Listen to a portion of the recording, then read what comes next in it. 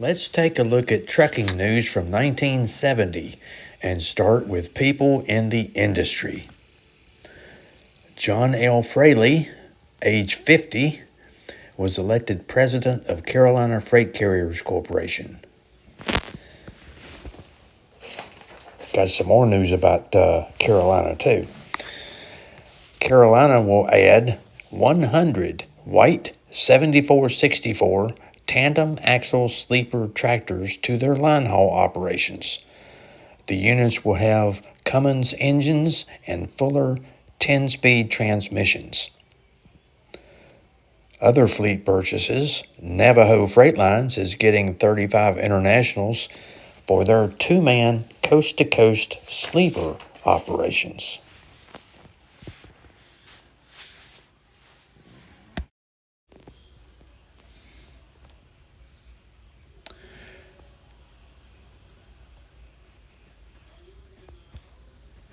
RC might not be familiar to some of you, but Dana S. Hemley was named Manager of Operations and Sales for RC Motor Lines. They operated along the East Coast from their headquarters in Jacksonville, Florida. They were later acquired by Eastern Express of Terre Haute, Indiana.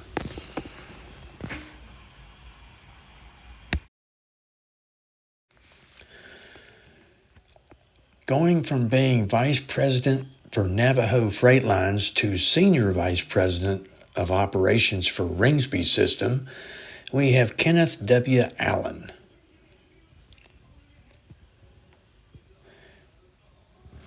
Also talking about Ringsby Systems, shareholders of United Buckingham Freight Line have approved the proposed merger with Ringsby Truck Lines, and the surviving name of the carrier would be Ringsby United Incorporated.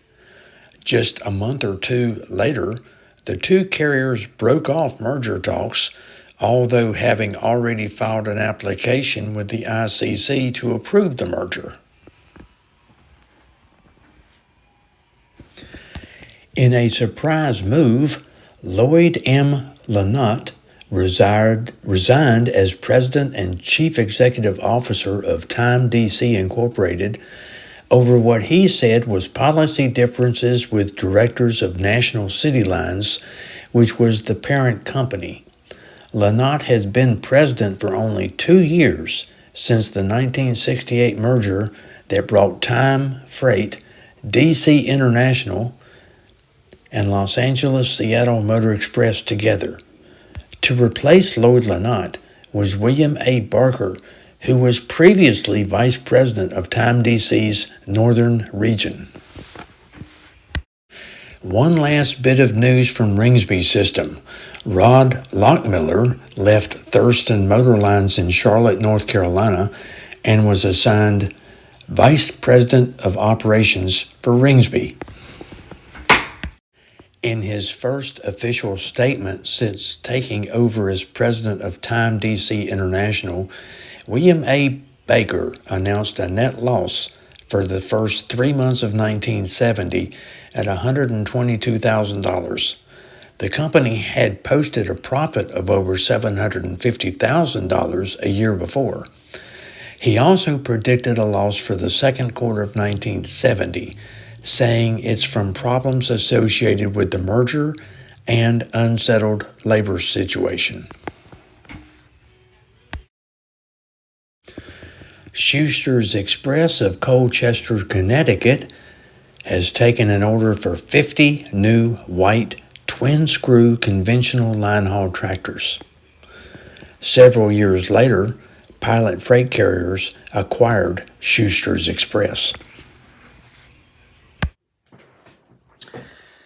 In Winston-Salem, North Carolina, there were 3 big trucking companies that were based and headquartered in that tobacco town, because Winston-Salem was the home of R.J. Reynolds Tobacco Company.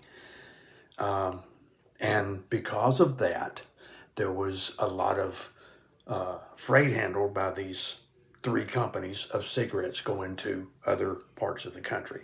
There were other manufacturers in Winston, but R.J. Reynolds Tobacco Company was the main one. But anyway, of the three companies that were based in Winston-Salem, and they were McLean Trucking Company, Pilot Freight Carriers, and Hennis Freight Lines. Of the three, in 1970, Hennis Freight Lines was having trouble.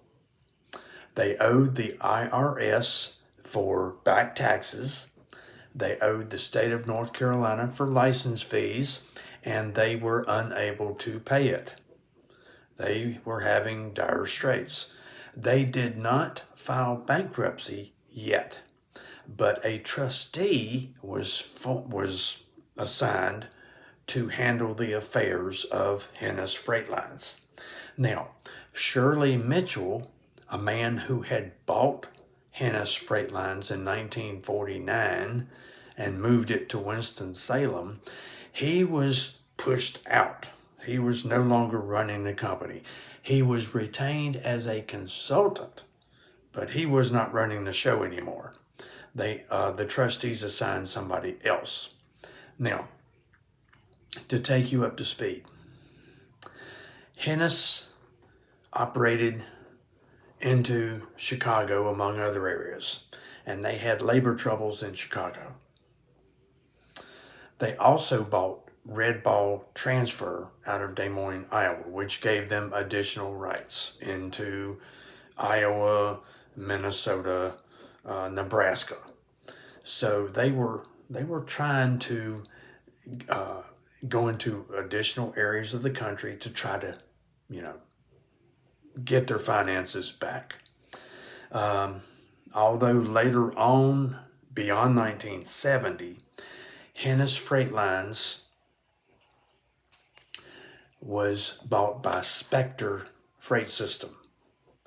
It was known as Spectre Red Ball because Spectre had bought Red Ball. Red Ball at the same time was merging with Hennis Freight Lines, and they took all three into one and called it Spectre Red Ball.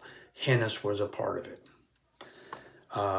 Because of that, the major terminal, general office, maintenance facility in Winston-Salem was closed. It went bye-bye. It was a good-sized facility that could be seen going northbound on US 52 right after the Patterson Street exit, because the street address for Hennis was Patterson Street Extension. You could see it from the highway.